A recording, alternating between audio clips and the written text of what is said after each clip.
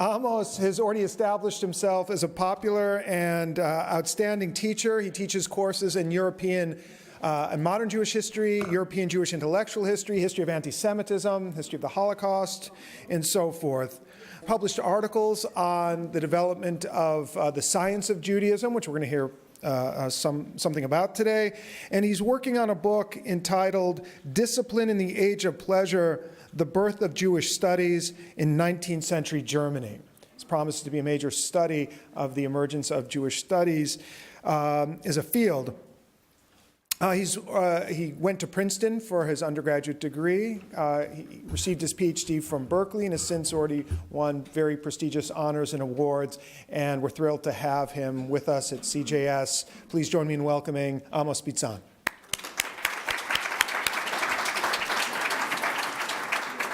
Thank you, Tony, and thank you to all of you for being here. I'm so happy to see such a large audience, in my view at least, of people who are here just to learn, who are interested in Jewish studies. And as you can see, this lecture is about the pursuit that you are currently engaged in. It's about its history, in some way, about the history of Jewish studies. That's what I'll be talking about. We live in an age that attaches great hopes to science.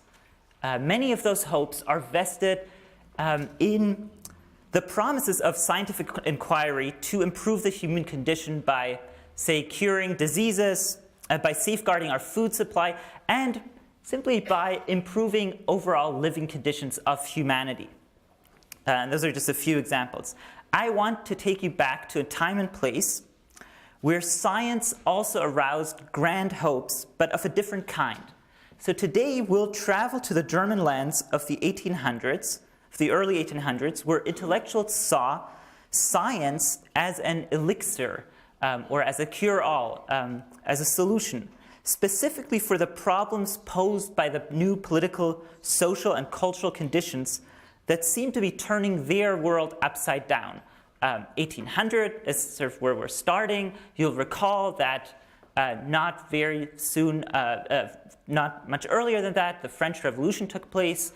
There were after that, so we're going into the second decade of the 1800s, the Napoleonic Wars that really challenged German polities, German society, also destroyed a lot, but in many ways ushered in a new order that was then in some cases also rejected. But what I'm sketching out here is a time of great upheaval, people becoming aware of this being a kind of modern age, that things were really changing in terms of politics. Old kinds of sanctioned political systems were really being turned upside down, as in the French Revolution and also in other places in Europe. The social order seemed to be changing. There was a rising class called the bourgeoisie, which didn't have any pedigree behind it, nobility, but was still claiming to be up there, supposed to have some kind of say in society, and challenging the established privileges of aristocracy in so doing. And there were some religious minorities, groups such as Jews, probably among the most important of these groups, who were in various states saying or demanding that that they have some kind of more official rights, that they be granted to them. They received some of those in France already in the French Revolution. And this obviously was a big challenge to majority Protestant or Catholic cultures at the time. So that's what I'm talking about in terms of the general background. And some of you might say, oh, but those are all great things. But there were a lot of things that also seemed very scary, threatening, unsettling to people at the time, all kinds of people, including Jews, including various classes of Catholics, of Protestants, even of some kind of proto-secular thinkers. And they saw science as a solution to all of their various problems, their various anxieties. They thought that science would step in and would help them. And among these intellectuals who looked to science as a savior were a group of Jewish university students at the University of Berlin who imagined that a kind of Jewish science, or what they called a science of Judaism, and I'll explain later, very shortly, what that meant, they thought that this kind of Jewish science, the science of Judaism, could address the condition of Jews more specifically. So Jews are the subset of these various European societies. They're facing some specific problems, everything from wanting to get legal rights, political rights, residence rights, to also challenges to their religious worldviews as a result of processes such as the Enlightenment, secularization, all these things. So they too are facing some kind of upheaval, some intellectual, cultural upheaval, and these Jewish university students in the early 1800s, they also thought that science could address specifically not just that science could address not just the general social conditions, but the Jewish predicament in particular. But before we begin this journey to Germany, as I said, to the early 1800s, let us re-examine our central term here, science, which obviously that's what you came here for, to the Greenfield Institute, Jews and science. So even though the Latin root of the English word science simply means knowledge, English speakers usually have something more specific in mind when using this term. Most would agree with the definition that is offered in this year's Greenfield Institute brochure. You turn to the second page on the inside, and it glosses the term scientific inquiry or inquiry as the investigation and understanding of the natural world and humans' place in it. So that's what the Greenfield Institute brochure says. Now, the German word for science is Wissenschaft, and you heard its Yiddish cognate Wissenschaft earlier today in Tony Michaels' lecture. But Wissenschaft or science has always had a more expansive meaning in German and in the German context than the Anglo-American conception of science. German science is not restricted to the study of nature or humanity's interaction with the natural world. In German, science can also refer to philosophy, for example, including metaphysics and epistemology, so studies of what is reality, and also how do we know that reality? That's epistemology, the study of the philosophical study of knowledge. Science also encompasses the fields of knowledge that we call the humanities, and usually kind of pit as the pair or the opposite of science versus the humanities. So in the German context, Wissenschaft encompasses both, or can encompass both. So let's say a little bit more specifically then, if that's true, does this term in German have any meaning, Wissenschaft, or what I'll often be just calling German science instead of using this German term.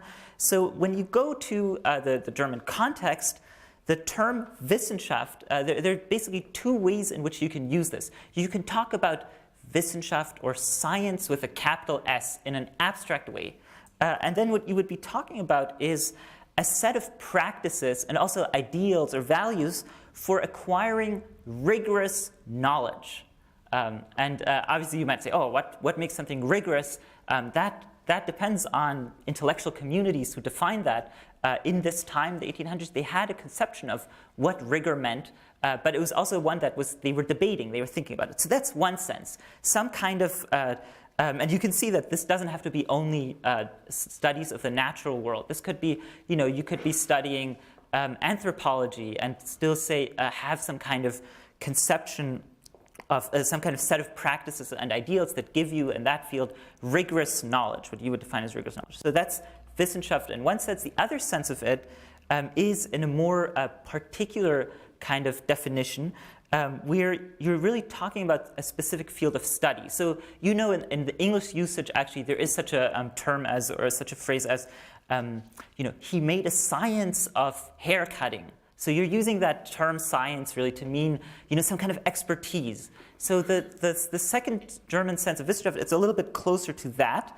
And what you're talking about there is the specific practices used to study one defined subject area. So for example, I'll throw another big German compound word at you, Altertumswissenschaft. Anyone know what that means? Altertumswissenschaft. Yeah, some of you are nodding your heads. No? Okay, so Altertum means antiquity. Altertumswissenschaft is the study, or is the science of classical antiquity.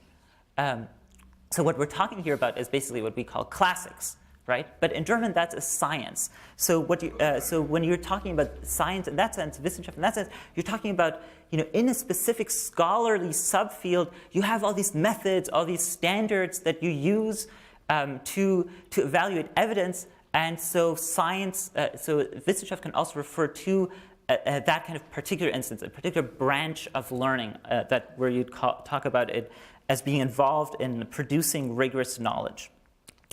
In Germany, science as a concept experienced a boom in the early 1800s when it acquired new importance and prestige. The rise of science was closely connected to the founding of new universities in the German lands at this time. And these universities were the forerunners of the modern research university, in which faculty members were tasked with conducting advanced research and also teaching undergraduates and graduate students. Basically the model of institutions such as the University of Wisconsin today. Research universities became the major sites for scientific inquiry over the next century and remain so. They really accelerated the process of what we would call scientific specialization and professionalization. Specialization, I mean that there are all these different branches that, of science, or of study, different fields that people are going in, and they're hyper-specializing. They're focusing on what may seem like really small areas. My field, modern European Jewish history. To me, actually, that's huge. It's like, whoa, who can actually study all of modern European Jewish history in one lifetime? There's so much already to do, because we live in this age of specialization where scholars are producing so much material, so many discoveries, that you really always have to pick a small kind of corner of the field that you specialize in, that you work on, and that you can truly master. So that's one thing that's going on through the universities. And the other one, so that's specialization. The other one is professionalization.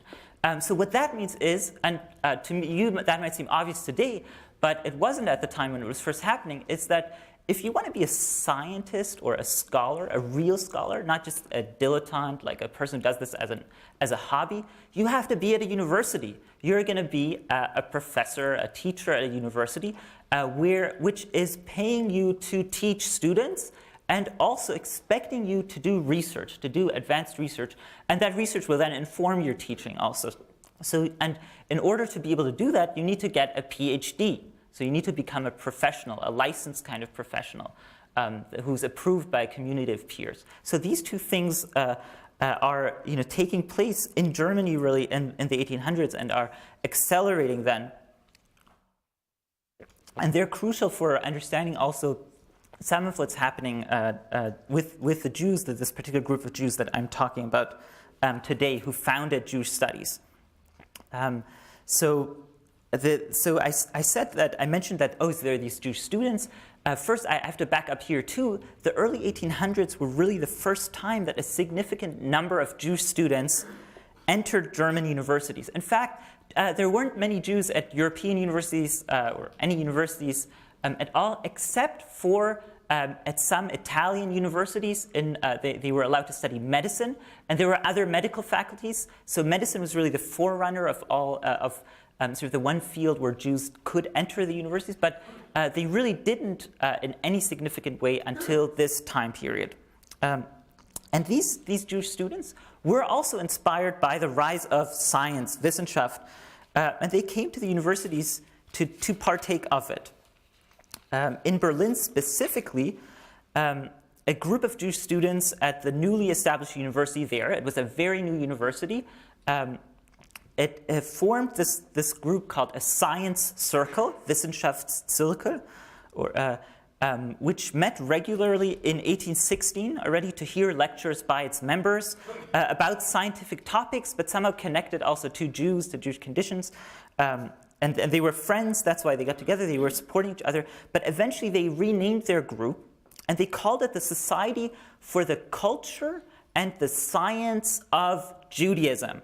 Another translation actually might be just of culture and science of the Jews, or of the culture of culture and Jewish science.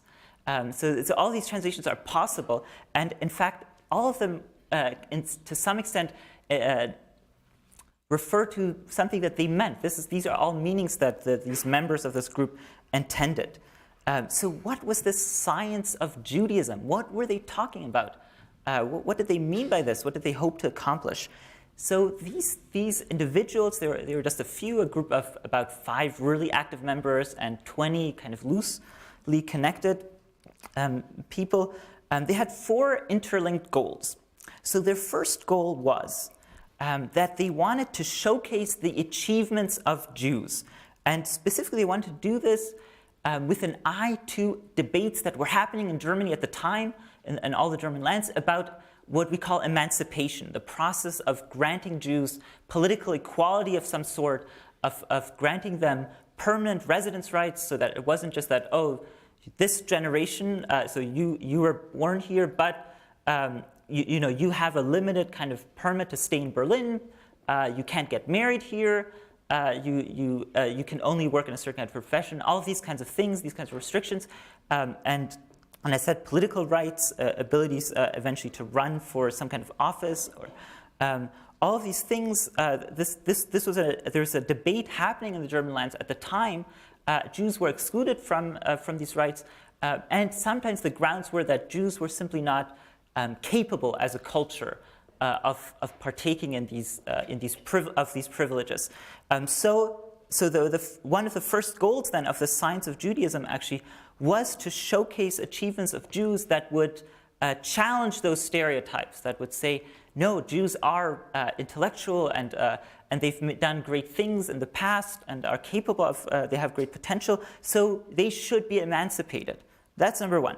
Number two, a linked goal was that the science of Judaism, this group, they wanted to improve Jews and Judaism. They said that very unapologetically. Yeah, we think the current state of Jewish society, of Jewish religion, is terrible. It's an embarrassment. Jews are not educated enough. They do their religious services in a strange way. They don't speak proper German or other European languages.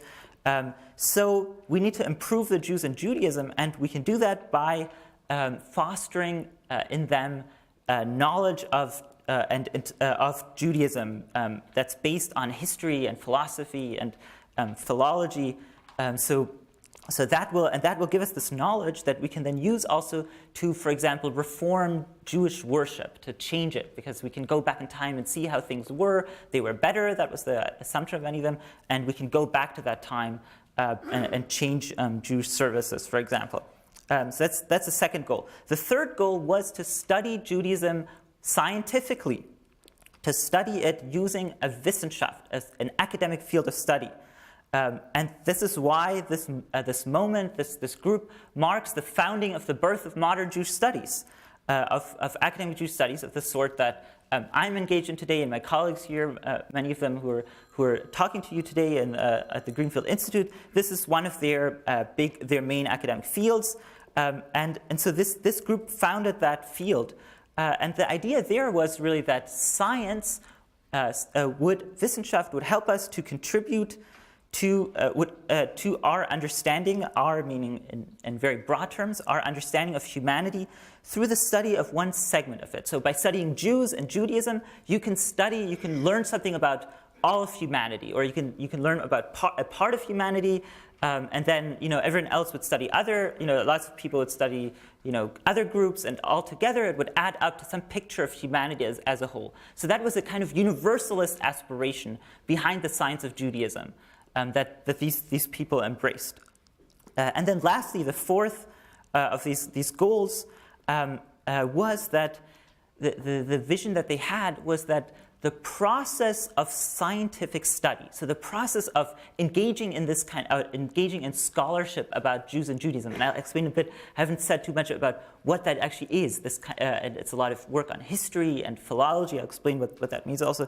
But they thought that if you engage in this kind of academic study at a university, the people who are doing that and who are doing PhDs in Jewish studies, let's say, that actually had another effect. It wasn't just an intellectual thing. It wasn't just a matter of gaining knowledge, of sort of downloading data into your brain. It was also about cultivating you as a person, making you an emotionally or sentimentally kind of more cultured, more refined human being. So there was a vision of character formation that was attached to Wissenschaft, to German science, and to specifically to the science of Judaism. And obviously, this would be really possible only for that a relatively small group who would be engaged in doing PhDs, who would be getting their PhDs.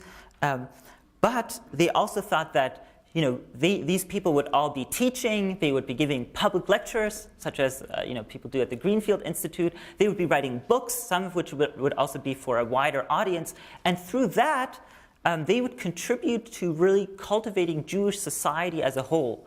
And not only Jewish society, but especially that was their target, so that they would be, the people would be reading these kinds of books based on scientific sort of scholarship, and the rigor of it, the beauty of it, the kind of knowledge, the discoveries it made, it would be so inspiring to people that it would also cultivate them and turn them not just into smarter human beings, but really better human beings, more moral, more kind of aesthetically cultivated, that they would be able to appreciate beautiful things, beautiful intellectual things now. Basically something similar to what the dream of the liberal arts, of a liberal arts education, it had something of that once upon a time. I think for many of us it still should. Students we should study a broad range of subjects, and it'll make us smarter, it'll help us, teach us to think, but it'll also in some way make us hopefully more refined people in some sense. So this was an important aspect of this science of Judaism, and it was actually an important aspect also of the term science in general, of Wissenschaft, not just science of Judaism, but science in the German context, that there was this kind of pedagogical character formation component in it. So what did they actually do, this science of Judaism people? Like, what was the, I'm saying, oh, they created Jewish studies. What is that? What did they conceive of that exactly? The most important of them were, at this stage, were philologists. Philologists are people who study texts. They study the transmission of texts, of ancient texts, obviously, of language. They often work with manuscripts. They try to figure out, okay, what is the original version of this really important text in our canon or the story? What are all the ways in which it's been transmitted? What are some of the distortions maybe that have crept into it or changes over time? They also just study the meaning of language. So that was one part of it. And the other very big part of it, really closely connected to that, was history. So thinking about the historical context of texts. So for example, we have the Talmud, huge collection of texts. So let's say turn to one specific passage in that, trying to figure out, well, what kind of culture produced this text?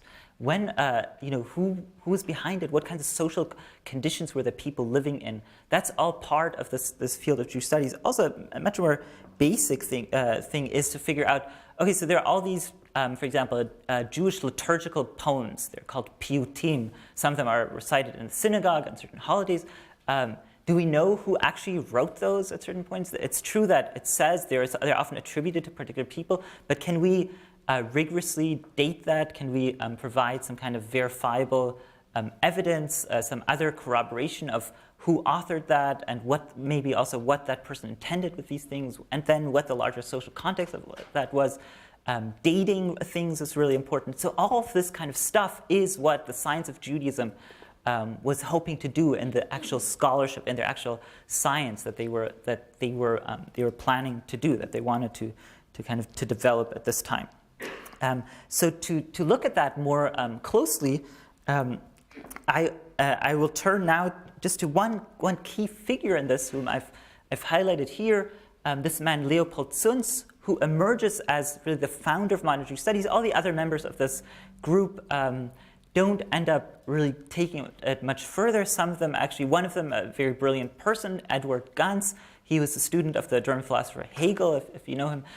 He ends up converting to Protestantism because he's denied a position in the faculty of law. He appeals it. He's denied that position because he's a Jew. He appeals it, and he is acknowledged as being one of the most brilliant students at the time, but still is rejected because of his religion. So he ends up converting to Protestantism in order to be able to serve on that on the legal faculty in Berlin. And so he leaves this group also, therefore. This happens also with another person, Heinrich Heine, the German poet, writer. He's also involved with these people. He also converts to Protestantism, though he's never sincere about it and really regrets it in many ways after and jokes about it. But still, so the person who stays and really then articulates this program and actually puts it into practice is this man Leopold Zunz. So I want to talk about him. And just in a little bit more detail, and about one text that he wrote, and sort of think about what the visions of that were in more detail. I've given you here sort of the broad framework, the larger social context, and I gave you these 4 interlinked goals of the science of Judaism. Now we'll delve into some of the particulars of that in the remaining time. So this man was a very precocious German Jewish intellectual. He was an orphan, very very poor. Went to a small kind of cheder, Beit Medrash or Beit Midrash in the German provinces, but then managed to get a high school finishing degree at a German gymnasium, so a university-bound school, and then went to the University of Berlin. And he is among the first Jewish students to be able to do this. And there, he studied, he basically became a philologist. He enrolled in the faculty of philosophy, but that meant that he was studying basically humanities. So this man, he's a student at the University of Berlin. He's 23 years old, and he published this tract here. It's called A Bit About Rabbinic Literature, along with a report about an old, until now unpublished book. Sounds very boring, not very interesting, and in fact the writing is quite frustrating and sometimes a little bit boring, but behind it was really something very, very big that I would argue is the basis for the development, the rise of modern Jewish studies of this academic field. So first of all, the reason or one of the things that are misleading about this title is that it's really not only about rabbinic literature.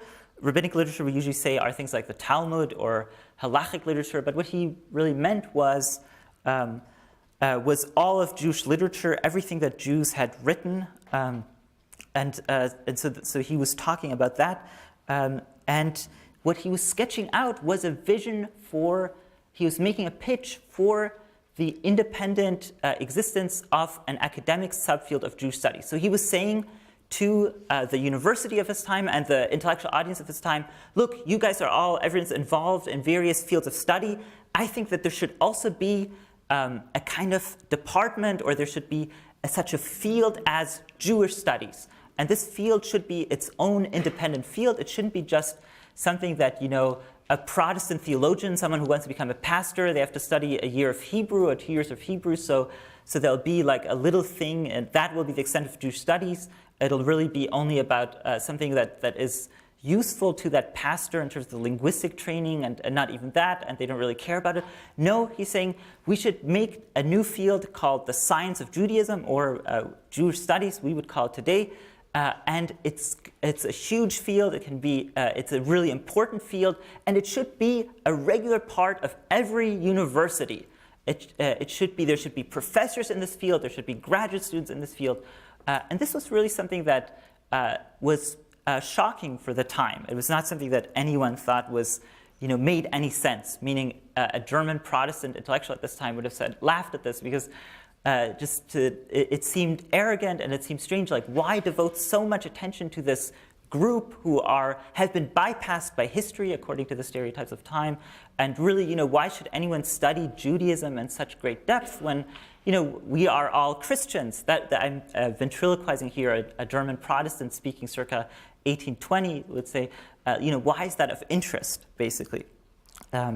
So that was one way in which this was really revolutionary. Another way in which this was revolutionary, his plan of creating this field of science of Judaism, was that it broke with Jewish traditions of learning, with Jewish intellectualism until this time. So most of the intellectual activity of Jews from late antiquity onward had really been devoted to understanding the Torah and understanding law, Jewish law, to unraveling it, to creating exegesis or commentary of scriptures, of important texts, to elaborating them.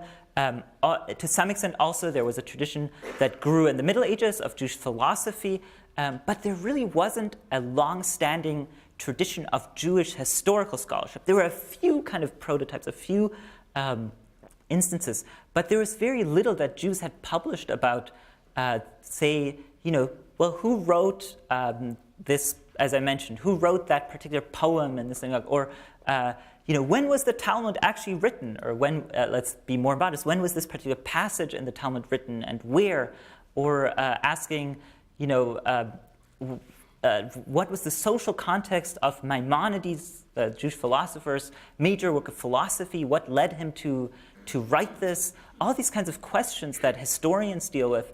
They had not been widely written about or thought about by Jewish intellectuals. They were often seen as a kind of distractions. They were not seen as something that was of great importance, of an interest. And so there wasn't a lot of rigorous, verifiable historical knowledge of authors, of dating of texts, of original versions, of the historical context of ideas, and of the history of the Jews, and more generally of like where Jews had lived in the past and up to the present, and how they'd interacted with the various states and the various countries in which they were living. What were their cultures like there? All these kinds of questions, which today those are the things that we're so excited about as historians of the Jews, at least, and I assume many of you as people at the Greenfield Institute. They were not things that Jewish intellectuals had spent a lot of time on. So this was another way, sort of internally focused, in which this proposal for a field of Jewish studies for the science of Judaism was really revolutionary.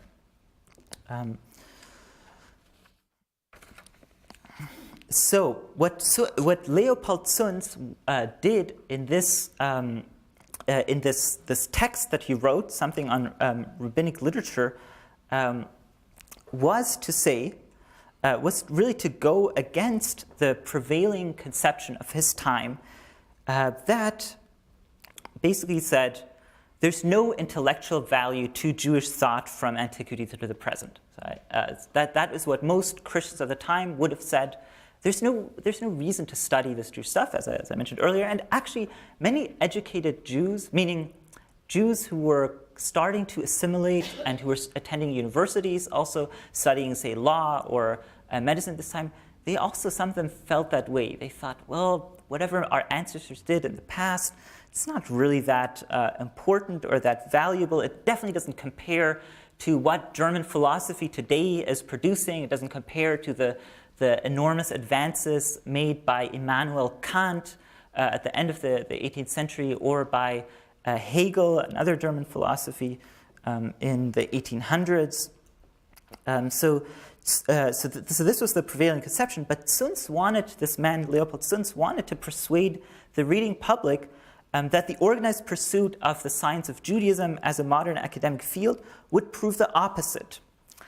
And he thought that the study of Jewish literature, not only rabbinic literature, using the cutting-edge standards and tools of modern science, in the German sense, would reveal profound intellectual and aesthetic treasures that would deeply enrich the culture of the Jewish people and of human civilization as a whole, actually. So everyone could learn about these things, and it would be enriching. Moreover, Jewish studies pursued as a university major or as a scholarly vocation would yield immediate benefits to the individual and to society, because it was a path to this dream of cultivation of self and society. Germans call this Bildung.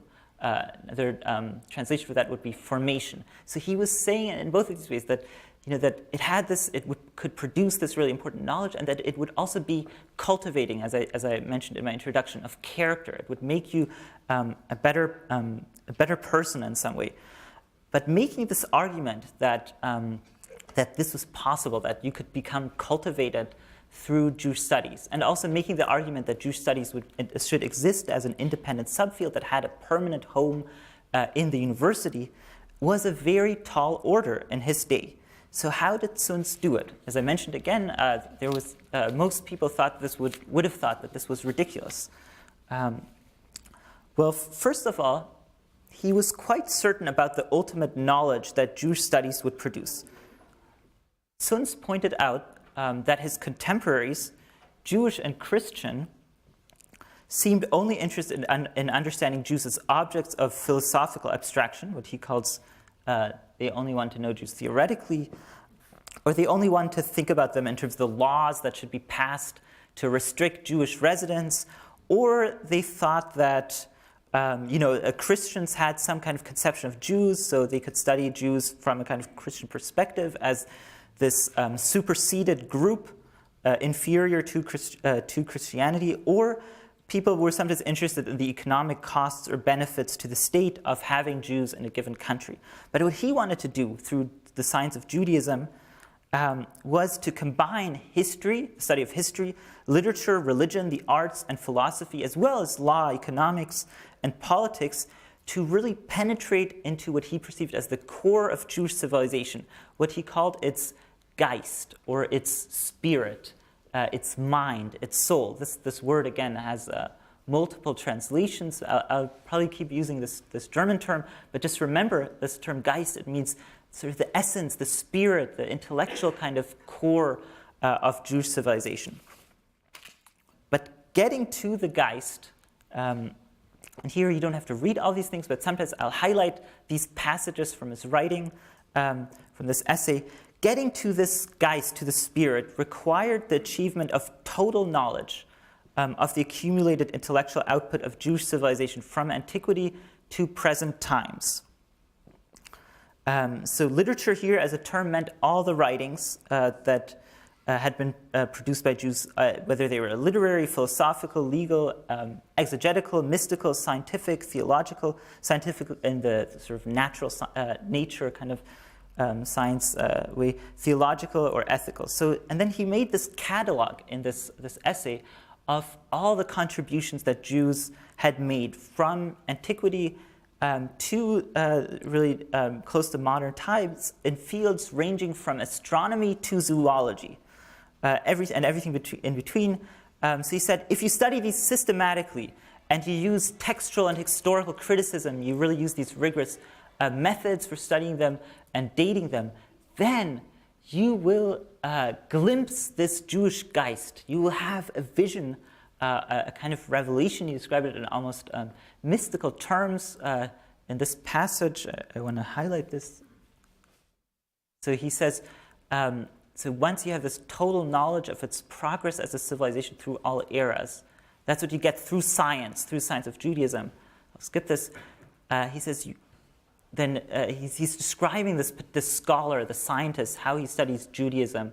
He says, truly he approaches this divine temple with awe and humbly allows himself to be led to the atrium in order to savor one day the sublime view from the pediment.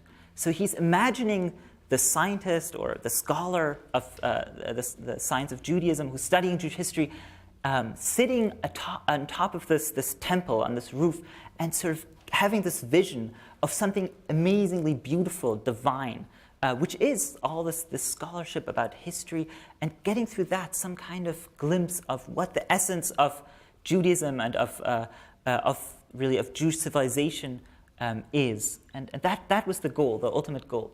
That he saw as, that would be the thing that would one day happen through the science of Judaism, and from that would follow all those other things. Things like cultivating character, but also things like correcting people's misperceptions of Judaism, correcting their views of their distorted kind of stereotypes of the Jews, and so thereby bettering the Jewish position in society.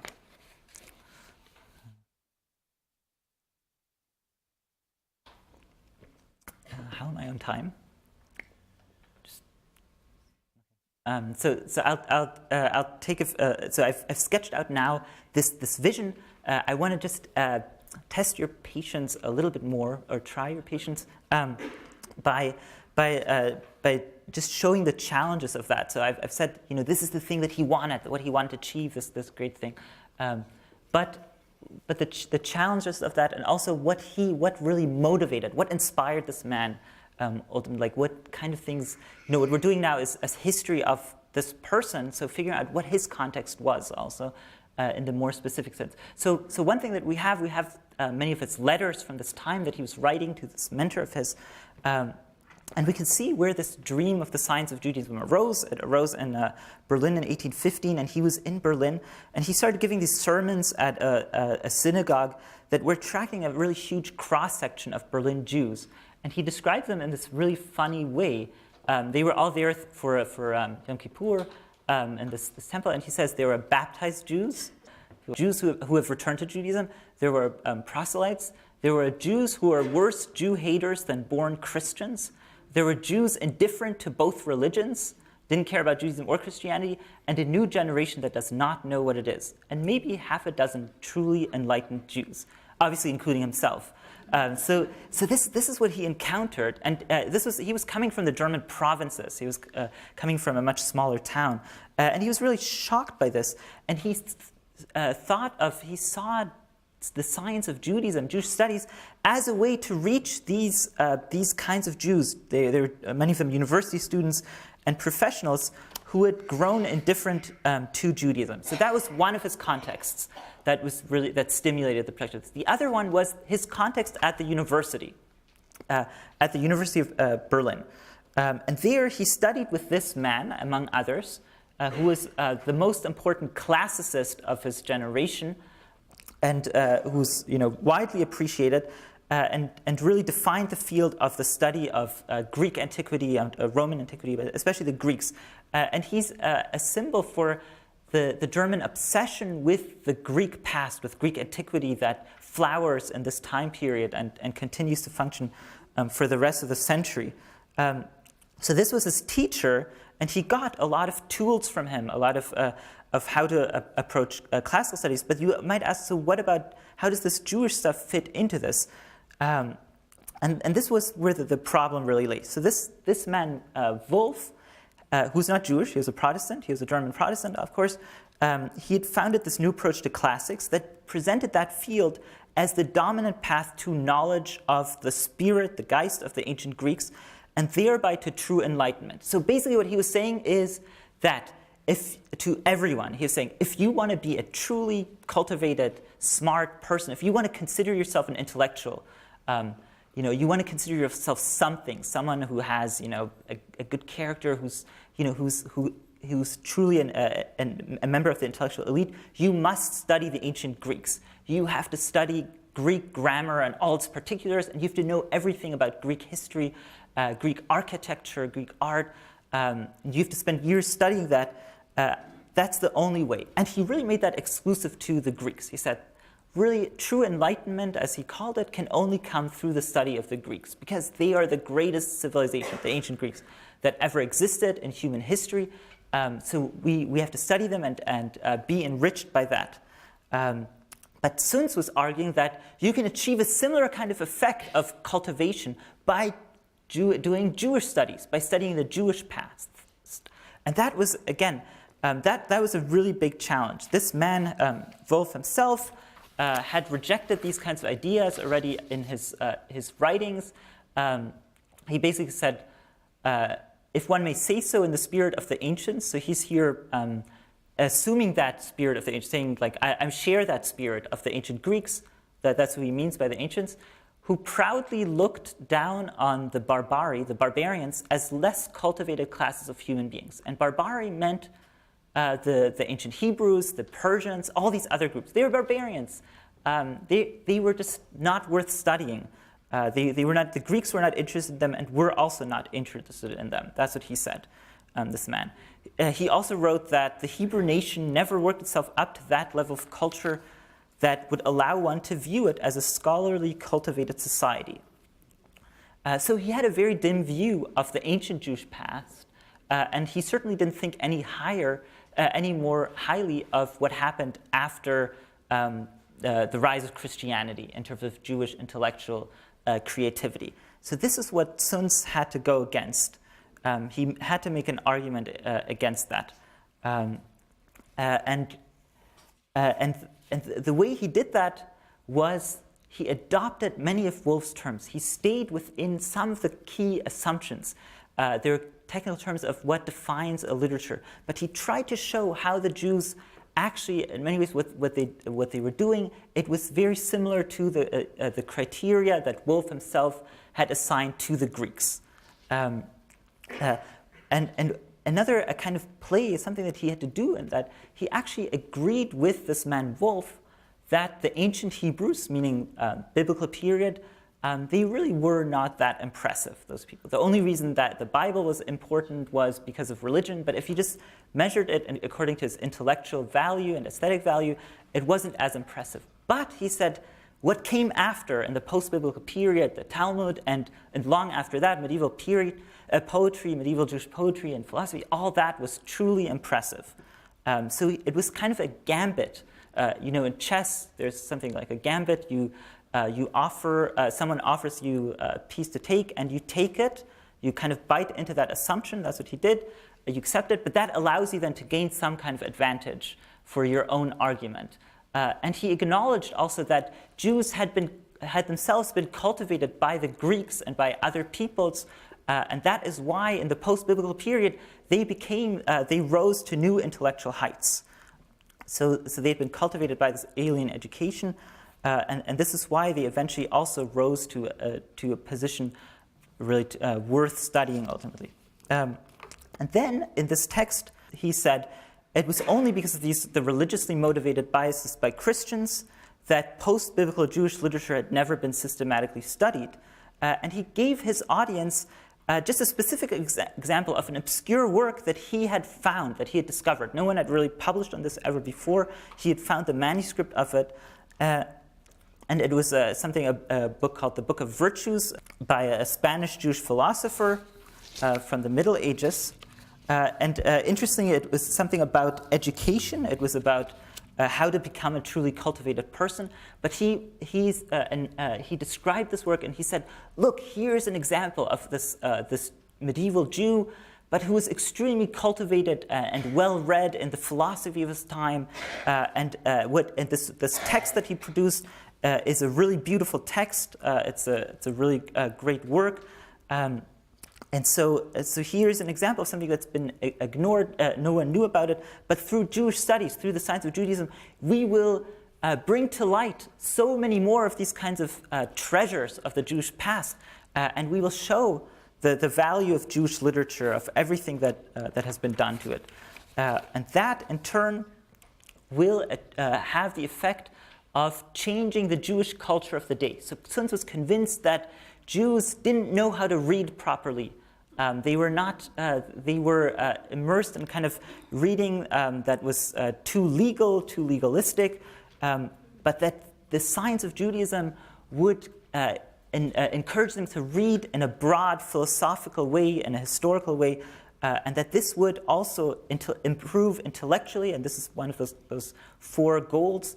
It would help them improve intellectually, and it would lift them to a similar kind of performance as in terms of their university studies and everything else as their Protestant contemporaries. Obviously, we don't have to share all of Sunz's prejudices in this respect. This was his very low evaluation of contemporary Jewish society, certainly biased also in its own way. But he thought the science of Judaism would improve that it would be the path for improving the intellectual level of Jewish society as a whole. The specific example he gave was what's called pilpul, a certain kind of Talmudic debate. He saw this as really something very negative and bad and distorting and not valuable. And he contrasted it with Jewish studies as a superior way of reading. So I will leave off just by asking, so this was the vision, this was the science of Judaism as Sunz advocated for it. What happened to it then? What was the legacy of it? I've just told you about this moment in 1818 and sort of the general context. Well, what happened over the next century and really until 1939 in the German lands was a flowering of Jewish scholarship, of history, published by many Jewish scholars who were inspired by Sunz, who went to the universities and trained in university in fields like philology or history, and applied that to the Jewish past, produced amazing works, histories of the Jews, studies of liturgy, studies of mysticism, studies of philosophy that are really the basis of Jewish studies today. They also they produced really areas that were cutting edge, such as Islamic Jewish history, sort of the interactions with of Islam and Jews, and questions such as what did Muhammad, the Prophet Muhammad, take from Judaism, how that these were all very cutting edge things in their time and are still very highly regarded by scholars in those fields and fields outside of Jewish studies. So this is what happened. But Sunz did not succeed on an institutional level. Jewish studies never made it into German universities. It was excluded from them because of the prevailing sense that this just wasn't right, that the university, that it couldn't grant this kind of official standing to this minority religion. So Jewish studies only made it into the research university later. And really, we are now living in the great age of that. We're a product of it. It's really been happening over the past half century. And obviously, the United States and the State of Israel are the places where it really this took off, developed. But Europe is also a great center today, including Germany. So he failed on that level, sort of in his time, but succeeded in the long term. And then in terms of emancipation, remember one of those 4 interlinked goals was that he would help promote images of Jews and therefore bring about political reforms for Jews. Obviously, that in the long term, you could say failed in Germany, given what happened. It didn't prove to be of sufficient, meaning there was emancipation. Jews did achieve political equality, but those achievements were then reversed in the Nazi period. And so showing that those conceptions of Jews and Judaism that this change in mass conception of Judaism didn't really take place, that this was not effective. The science of Judaism wasn't able to persuade people that Jews were valuable members of society, or even that they should be permanent parts of German society, or at least not enough people. So in those ways, it failed. But I would argue that these 4 interlinked goals are still very relevant today with some modifications. I think that we can say that for that first goal that I mentioned, that it is still important to use science, or in that German sense, Jewish studies, to correct prejudiced, distorted images of Jews and Judaism that continue to circulate. Even though this is not always our primary purpose, this is something that we can do as scholars with using rigorous methods and producing kind of verifiable knowledge. There's a way in which Jewish studies can still play a role in even, we could say, in, I don't want to say improving Jews and Judaism, but in making Jews more literate about their past, about their heritage, and helping them understand key ideas of of history. Obviously, Jewish studies is now a recognized part of the university and is playing a very productive role in contributing to the universal quest for knowledge. So clearly that role lives on most successfully. And then I would say this last goal of cultivation, of character cultivation, which also informs the liberal arts, I think that is something that we're not always comfortable with talking about, but it's something that certainly when I think about my students, it's something that I also think should have a part in Jewish studies and in Jewish studies courses, that learning about the Jewish past and really learning about the human past in general, but we're interested, let's say I'm as a specialist in Jewish studies, that's what I'm interested in, that this makes your experience of life in some way richer, that it can cultivate you, not in a snobby, elitist way necessarily, but that it makes you more able to appreciate the varieties of human experience, to think more critically also about all kinds of aspects of history, of politics, of society. So I think in all of these ways, revisiting the founding of Jewish studies is productive and continues to be inspiring for us as Jewish studies practitioners today. Thank you, and I look forward to answering your questions.